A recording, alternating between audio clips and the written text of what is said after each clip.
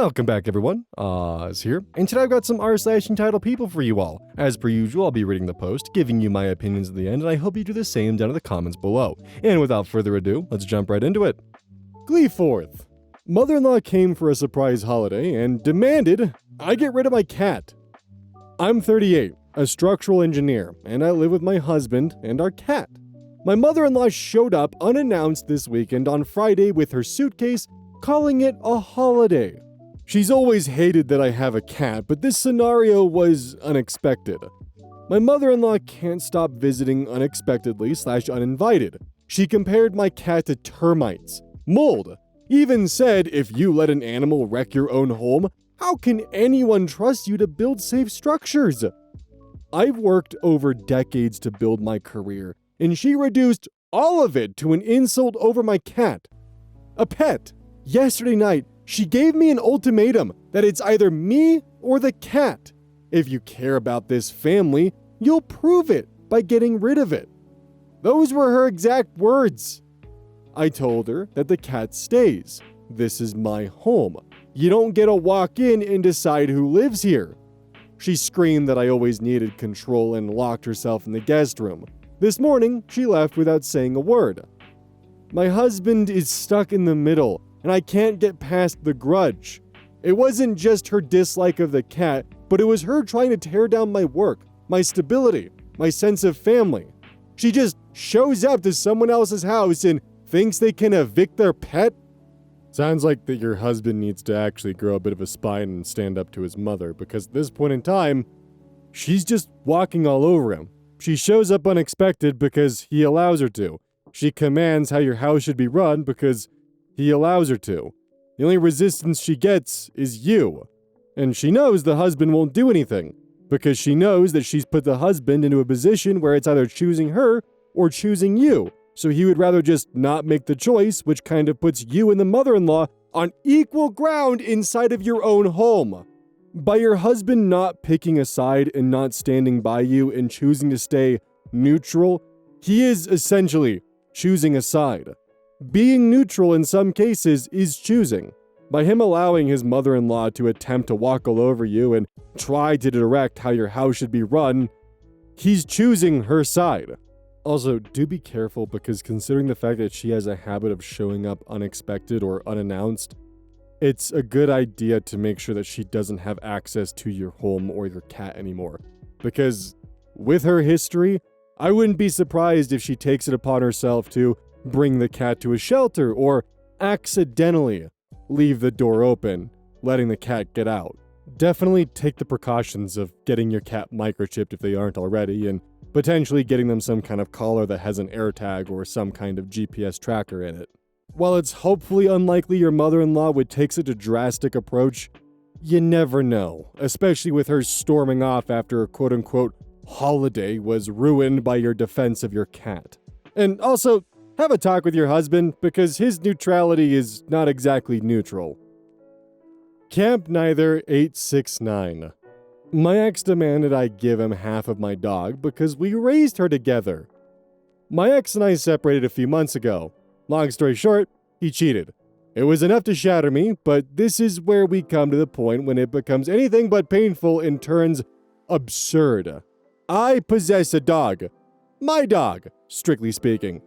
I put up the money, and she is under my name, and I pay all the bills of the vet's, food, classes, and all. Of course, he would play with her occasionally, and would bring her out on a stroll every now and then. But all of a sudden, he thinks he has parent rights. In fact, this man advised me that we should have shared the dog, as though she is a timeshare house. He even wrote me a little timetable of how many days she would be here and how many days he would get her. I told him, absolutely not. This dog is my baby, my best friend, and I would not give her to the guy who betrayed my trust. He ran away and called me selfish, said I was out to take revenge on the dog, and that since we reared her jointly, we ought to divide half of her. Half of a dog. And by this time, she's lying, snoring in my arms, secure and happy. Frankly speaking, the audacity is nearly laughable to consider. Cheat on me and even attempt to take my dog? The entitlement is unreal. My personal tinfoil hat / pet theory is that the boyfriend, one of the reasons why the affair partner was into him was because of the dog. And without the dog, you know, the whole affair partner thing is going to fall apart. So basically, he used the dog as his wingman or wing dog, and it worked. And now he's about to lose the wing dog. So that means that he'll lose his girlfriend, his affair partner, and the wing dog all in one fell swoop. So that's why he's trying to arrange some kind of weird joint custody thing with a dog. But that's just a goofy tinfoil hat theory that I kind of find to be funny. And I kind of hope it's real just for the sheer absurdity of it. Irish Cream the Nerd. Future mother-in-law called the cops on me because I wouldn't let her hit my fiancé. Genuinely, I can't believe this happened, and I'm still processing it. It's been a long goddamn month. My fiancé's grandparents, future mother-in-law's parents, both had pretty scary falls in the last month, and we've all been taking turns making 250-mile trips down to help and visit them. It's been stressful. Next month, fiancé and I have a trip planned to go out of the country for a week to see my grandparents, who are older and I haven't seen in years due to them being out of the country. My plan was to have fiancé's kid brother, 17 male, take care of our pets while we were gone. They both knew of and agreed to this. Well, last night, future mother-in-law realized that if we're out of the country, they can't take a 3-day trip to visit mother-in-law's parents. According to mother-in-law, leaving kid brother by himself for 3 days is a hard no. So she announced she was going to board the dogs. Fiancé took exception to this because our older dog is terrified of everyone outside of the household, and our younger dog is really bad at reading aggressive body language and will actively try to play with dogs that would tear her apart. This started an argument between fiancé and mother-in-law, where mother-in-law accused fiancé of not caring about her own grandparents. Things got heated, but I convinced fiancé to retreat with me into our room. Things seemed to cool down for a bit, but when I ran downstairs to grab fiancé's Switch so we could go hide out at my apartment, mother-in-law was still ranting, saying that she wished she never had my fiancé. She was mad at kid brother for attempting to bail from the argument and accused him of siding with them, and was saying some of the most unhinged shit imaginable.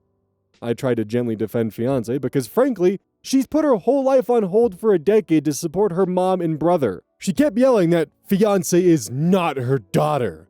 Eventually, fiancé got sick of hearing things and started yelling back at her mom. Mother-in-law called her a bitch. Fiancé returned the sentiment. And at that point, mother-in-law yelled, I should control my stupid bitch because mother-in-law is going to punch her in the stupid fucking face. Mother-in-law went back to her room, still yelling with my fiancé telling back. I tried to convince mother-in-law that fiancé and I had been hiding for almost an hour while she was still ranting, and that we weren't the ones pushing the argument. Eventually, she snapped and yelled, I'm going to get that bitch, and attempted to sprint past me down the hallway. I interceded and stood between her and my fiancé. Mother-in-law pushed and shoved and tried to squeeze past me in the hallway. She nearly made it too, but I picked her up and put her back down on the other side of me. She then announced that she was going to call 911, which I invited since no violence occurred. Well, I got shoved and she got mildly restrained, but no one was hurt. She yelled at the 911 operator on speaker so me and my fiancé could hear and interject, demanded someone get out there because her daughter was verbally abusing her, and the 911 operator was getting frustrated with her. Eventually, she hung up, and minutes later, cops showed up. Thankfully, I knew one of them from work and explained everything I typed out above.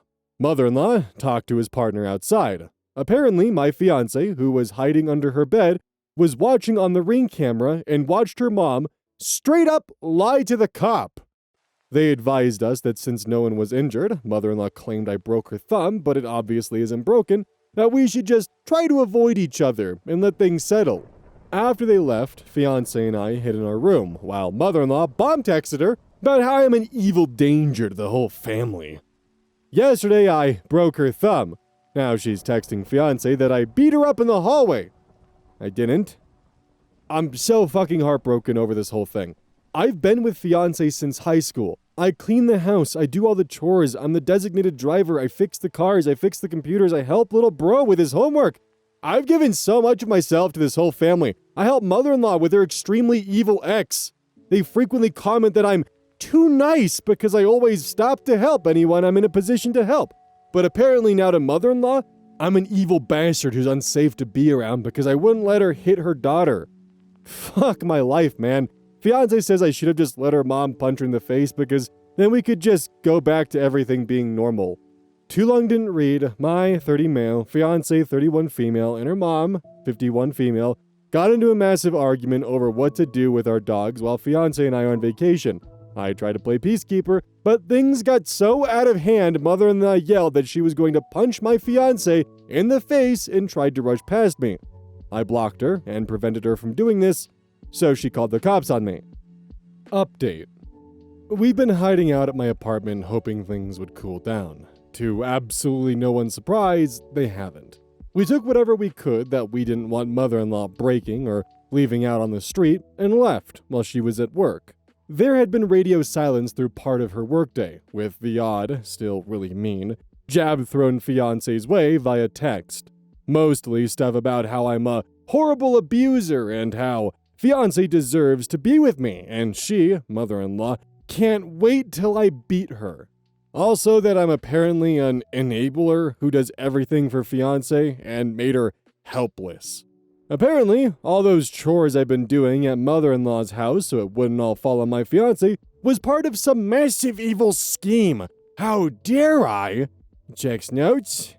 Do basically every household chore for no pay and no recognition. Also, mother-in-law's story has changed again. Now I've apparently hit her, threw her against a wall multiple times, and beat her relentlessly. Sorry, I'm getting ahead of myself. Dozens of harassing texts aside, we got a call from little bro sobbing because mother-in-law wanted the password for the house's Ring camera, and ironically, in her attempts to get in, locked fiancé, who was the keeper of the app since she was home most frequently, completely out. So now nobody's in them. She forced Kid Bro to call us, demanding whatever two-factor code was supposed to be sent to fiancé for the security camera. The one that did come didn't work. She shrieked at him, demanding to get a code we weren't receiving. Anytime he tried to defend us, she threatened to call CPS on herself to get him taken away to foster care. Anytime he contradicted her version of events, she badgered him, telling him what he saw and heard and thought, until he agreed, trying to stop the torment. I recorded the whole dang calls. I'm not interacting with mother-in-law, even tangentially, without recording from now on. Fiancé and I were distraught because little bro begged us to come back and pick him up multiple times, but every time he asked, things escalated further, and we're worried mother-in-law would call us kidnappers if we picked him up. She doesn't want me around little bro because I'm dangerous. Despite the fact I've effectively helped raise him, am an authorized pickup for everywhere, am basically the whole family's emergency contact, and am his best friend. Shoot, I crammed 2+ decades of Pokemon knowledge into his head since he was 6. So yeah, life still sucks, but I think fiancé is getting more committed to this whole moving out and cutting off contact to the degree we can without screwing over Kid Bro thing. So there's a little progress. Now we just need to figure out how to get remaining pets out of the house without things somehow getting worse. Apologies if this is rambling. Too long didn't read, life still sucks, mother-in-law still mad, has determined I'm the root of all evil, is desperate for attention during her rants. It's a shame that the father-in-law is determined to be as evil as they are, because the mother-in-law is not well. She definitely has a lot of extremely destructive tendencies, not just towards herself, but to those around you. I mean, hell, calling CPS on herself to punish her child? That's pretty fucking crazy. Thank God he's 17 and he'll be out of this situation soon, because good lord, I'm given the impression that the mother-in-law is doing a ton of projecting just based on the actions and accusations she's throwing around. I do wonder, as maybe a potential silver lining, if the mother-in-law does call CPS as a threat, if that would open the door for temporary custody arrangements from OP and their fiancé, because that might actually be the easiest way to get everyone out of the situation and walk away from it. But I don't know the ins and outs of the system there, because I feel like there should be some protections in place to allow for the kid brother to essentially have that protection. But I also, knowing how CPS can be, am a little fearful they would just kick him right into foster care despite his age and despite the fact that he has an actual guardian that's within arm's reach. I don't know, any insight from the comments section could be extremely useful here, and additionally, what do you think should be done in this situation? Inner Tumbleweed 942. Entitled cousin ruined his life after a family reunion. My 31 male, cousin 30 male, who I will call Jake, has always considered himself the favorite of all the grandkids because of how our grandparents would always do stuff specifically with him. The real reason why they only spend time with him is because he lives 5 minutes from them, whereas the rest of us live in different states, me being the furthest at a 13-hour car ride. None of us know where this entitlement comes from. Even Jake's parents have called him out on his behavior, but it doesn't change. So, to the story. My grandma passed away 10 years ago, and my grandpa is getting up in age, 92 male, but still amazingly healthy despite it all. My dad, aunts, and uncles were having some discussions with him leading up to the summer family reunion regarding future funeral costs, making sure his will was up to date, insurance, etc. We get to the reunion this past August, and all is going well until Jake starts to make a comment about how he's totally getting the house and Grandpa's refurbished cars. My grandpa rebuilds old cars with my uncle, Jake's dad.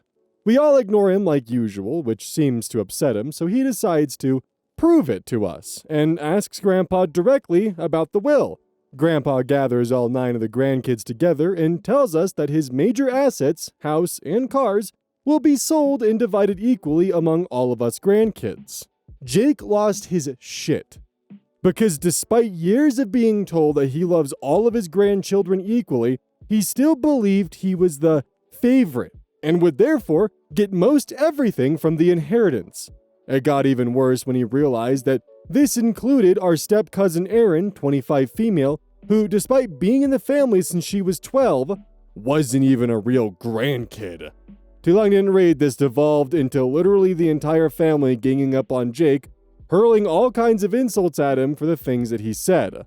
The reason I'm writing about this now is that I just got off the phone with another of my cousins an hour ago, who told me that Jake was arrested last night for trying to steal one of our grandpa's cars. But since he'd never actually helped with those things, the idiot tried to steal one that didn't even work yet. So from what I've heard, Jake is currently sitting in a jail cell with his parents refusing to bail him out, and my grandpa has a meeting with his attorney on Thursday to remove Jake from the will. Sorry if this was all over the place, but this is the basic gist of the drama currently taking place in my family. Edit, just to clarify, Grandpa had discussed this in advance with all of his kids, my dad, aunts, and uncles, and as everyone is well established in life, they were happy to let the money from the house and car sales go to the grandkids. Everyone will still be getting sentimental items too, of course. Edit 2.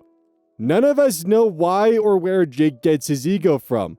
He's a college graduate, had a great job working for a local mining company. His parents are honestly my favorite aunt and uncle to hang out with.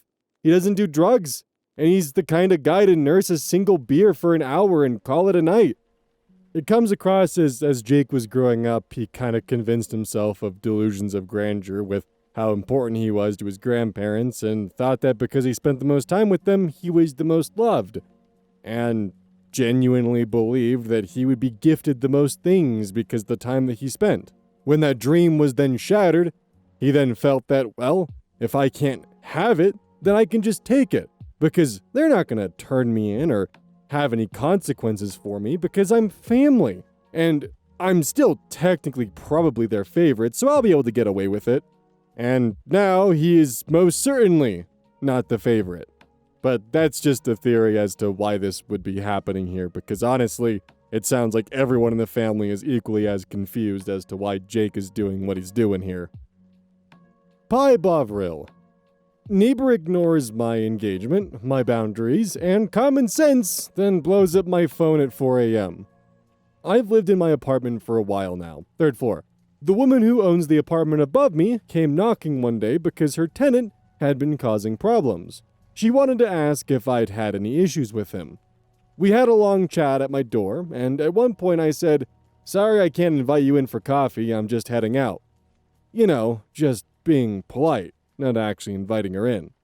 She asked for my number and said she'd send me hers, just in case there were more issues with her tenant. That seemed fair enough. The guy had tried to intimidate me once, so it made sense to be able to contact each other. The next day, I'm in my music room playing guitar when there's a knock. I open the door and it's her again. She says, "Oh, I heard you playing the Rolling Stones. Was that Wild Horses?" I said, "Yeah." And she goes, "Oh, just marry me now." Mind you, I had literally told her the day before that I was engaged. Then she asks if I'd teach her 13-year-old daughter guitar. I told her I don't teach guitar. That should have been it. But nope.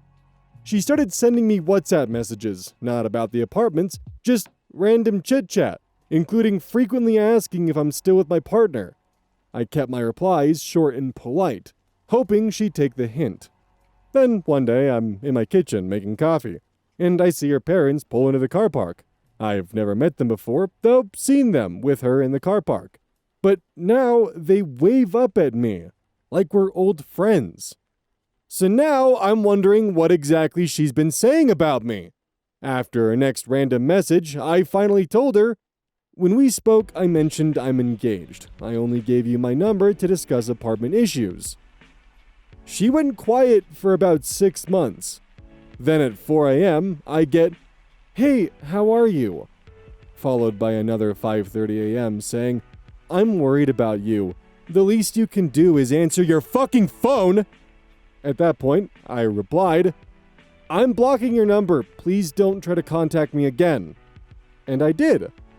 My fiancée was furious, and honestly, I don't blame her. Why did this woman think she was entitled to ignore the fact that I'm engaged, entitled to ignore my clear boundaries, entitled to ask for free guitar lessons, and entitled to message me at 4 a.m. months after I told her to stop? Some people genuinely believe that basic respect and boundaries just don't apply to them. Too Long Didn't Read neighbor took, "Here's my number for apartment issues," as an open invite to flirt, messaged me at 4 a.m., and ignored my engagement. That 4 a.m. text followed by a 5:30 a.m. text just reeks of it being a drunk text. Not, of course, saying that excuses it, it's just what makes the most sense to me as to why 6 months later at 4 a.m. you would get a text like that. The classic intoxicated, "You up?" text message. That's just what that reminds me of. As for her other behaviors before the drunk text, or potential drunk text, I think that she just had like a massive crush on you and just didn't really know how to navigate those boundaries and made some requests that were outside of social norms. Something along the lines of, what's a good way to get close to him? Oh, I know, asking him to give guitar lessons to my 13-year-old. Surely he would love to do that, and it's a good excuse for me to see him more often. That's the scenario that just makes the most sense to me as to why they were actively encroaching on OP's boundaries with little to no respect, and abusing the one form of communication that was given to speak on the tenant as a way to essentially be infatuated and pursue her crush. That's a tinfoil hat theory, though. It's just what makes the most sense in my head as to explain what all was going on here. It's also supported by the "oh, just marry me now" and her asking about whether if the engagement was still on or not. Classy klutz. Lady is bothered by children at a children's hospital. I'm a private home care nurse in pediatrics. Today, my little friend Juliana had several appointments with specialists at the hospital. We had some time in between, so we, Juliana and her mom, went to the cafeteria to get a bite to eat. Juliana is nonverbal and has various special needs. She's sitting in her wheelchair at the table with us and starts to vocalize. Not loudly, just like humming and babbling. This lady walks over and says, "Can you please move to a different table? She's being disruptive." At first, I thought, this lady can't be serious. We're at a children's hospital. But apparently, she was. Before I could say anything, Juliana's mom says, "Ma'am, you do know where you are, right? This is a children's hospital. As you can clearly see, my daughter has special needs, and she is only expressing herself. If you don't like it, there are plenty of places you can move. Don't make your lack of compassion and understanding my problem." The lady just stands there with a shocked look, puts her hands on her hip, and says, "I came down here to work on my laptop, and she's making it hard to concentrate. Now I have to pack up all my things and move." I just pointed to all the things we had. With that, she just walked off, sighing loudly, and gathered up her stuff. And to add, just to clear up some things, this lady didn't appear to be an employee of the hospital. Looked to be in her 40s. This was at a large hospital in Atlanta, Georgia, that has a library and other spaces for families. Honestly, out of all the places for you to go for quiet and working on your laptop, a cafeteria is not the first place that I would think of to be a quiet environment to get work done at. Kinda just sounds like you signed up yourself for failure and now you're mad that it happened. And that doesn't just apply to like a cafeteria in a children's hospital either. That's just any cafeteria. But now you're just amplifying the audacity by 1,000 for you to be in a children's hospital's cafeteria and then go up to a family and then command them to go somewhere else because their child is making noises that you find to be obnoxious at a children's hospital. The craziest thing too is that according to OP, there's a fucking library here. I think if you're trying to get work done in a quiet environment, that might be your best bet. Not the cafeteria. You goofball. Fit Local 1300. My ex told me I need to return every single gift he ever gave me. I recently separated with my ex a few weeks ago. It was silent, the usual not working out separation as I believed. He also sent me a spreadsheet, an Excel file, yesterday with all the gifts that he had purchased me in the past 2 years. Clothes, birthday presents, flowers, even a coffee mug were considered gifts. His words were that I should give him back or buy them back at the fair market value. He said, "I invest in you, and when it did not pay, I want my stuff back." I laughed, and then he added that I was robbing him by holding a pair of Christmas sneakers that he took to me. The same guy had lost my AirPods, which he had borrowed, remember. Those did not appear on the spreadsheet. I replied to him that he would not receive anything back and that he ought to compensate me 2 years of my life. He blocked me after that. It is incredible that someone is entitled to it. Crazy enough, I actually had this happen to me in a pretty fucked up way. Every gift or purchase that was made for me was itemized and used against me. It was pretty fucked up, not gonna lie. Honestly, if anything, it's just a reflection of who the person is at their core and what they're actually like. The fact that they don't actually see a gift as a gift, it's a conditional purchase that just simply is disguised as a gift. Thankfully, this isn't how our reality or our society works, so this stuff doesn't normally fly, but at the same time, people like this do exist, and it's pretty gross, not gonna lie. Don't forget, this is brought to you by GamerSupps. Use code ODDS at checkout. It's basically a caffeine powder that you put in your water, and I actually really like it. I use this on a daily basis. Don't forget that every purchase you make using code ODDS directly supports the channel. And if you want a personal recommendation from me, I would either recommend the Soda Pressing Pear or Dragon Fruit Punch. Those two are currently my favorite flavors. And as a note, once we sell a certain amount of stuff, I get my own flavor and my own cup, and you all know I'm gonna choose some degenerate shit that's gonna make their PR team squirm. My goal is to make them regret partnering with me. So please, use code ODDS at checkout to make my dream come true of making a PR team squirm.